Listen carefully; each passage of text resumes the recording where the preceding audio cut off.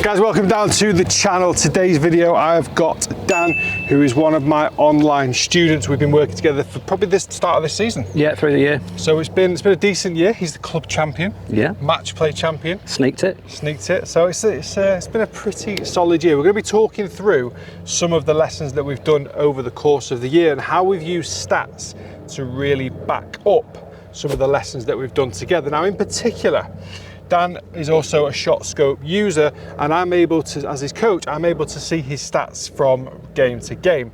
And I think it was probably back in June, July, I got the SOS saying I've got the lefts off the tee. And I'm able to go onto the dashboard, have a look at his stats, see where he's see what the rounds are doing. I think on average for the course of those kind of 6 to 8 weeks, fairways hit was around 26 to 30% of fairways hit. Yeah, that'd be about right. Which is not ideal, but I think one of the key things we're able to see is what side he was missing. Yeah, left. So, yeah, left. So one of the really good things about sending the videos to me, I'm able to then say, well, okay, he's hitting the ball left.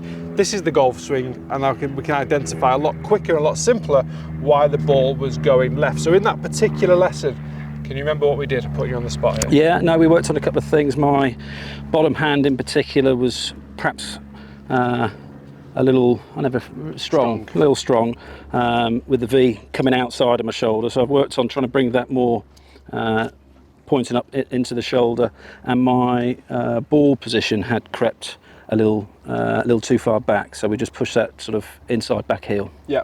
One of the key things with kind of hitting too many shots left was then the obvious correction. Yeah. So the two-way miss then comes into play. And what I often see with a ball position that's a bit too far back and a strong grip, the strong grip can encourage the ball for Dan to go left, but the ball position being slightly further back can quite easily encourage the ball to go right if that face hasn't managed to square itself up. So just trying to match everything up a little bit better by neutralizing the grip and neutralizing what you'd see as a kind of a normal setup position with the ball position more inside that left heel, we're able to get more consistency with club face control at impact. So that was kind of the in-season fix, that we had to just look at the basics. We're not looking at huge swing changes in the middle of June, July, because we've got 3 months of the season left. You don't want to start going into too many swing thoughts. So we kind of use the stats to back up a couple of the changes that we made, and thankfully,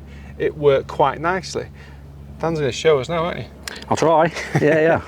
So we had a little change in the right hand grip, so the lower hand, trail hand just getting a little bit more over, ball position on the inside of that left heel. So notice how he's going through a nice little routine there. He's put the feet together, small step with the lead foot, bigger step with the trail, beautiful grip.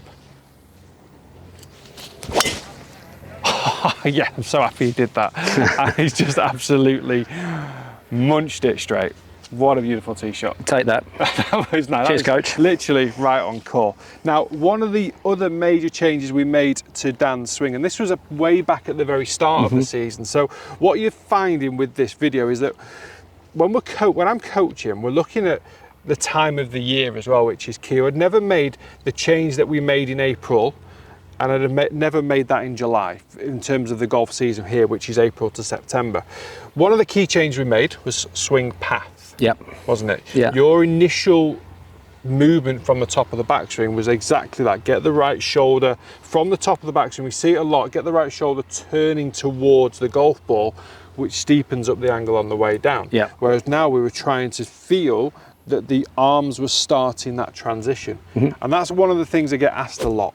What starts your transition? And my answer is always, it does depend on your swing fault.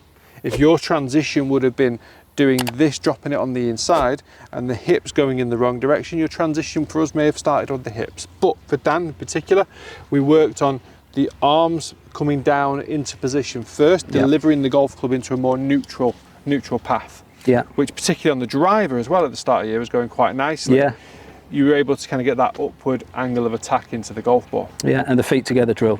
That was another one that really sort of got me feeling what it was like to come into the ball but also get out of the ball, and I've used that on course as well. Yeah, you mentioned that actually this, when we're actually halfway through a round of golf at the moment, and you mentioned that the feet together drill has been one of your favourites. And that's, I would say that's a classic. It's an old school one. It's one I used as a junior growing up, and it does just kind of help you feel that transition a little bit better without this kind of trail hip wanting to kind of push out towards that golf ball. So if you want to demonstrate that for us as well, and how it kind of... Yeah, so just, I mean, more so with the irons, but just making sure we get the left arm under the shoulder with the pump,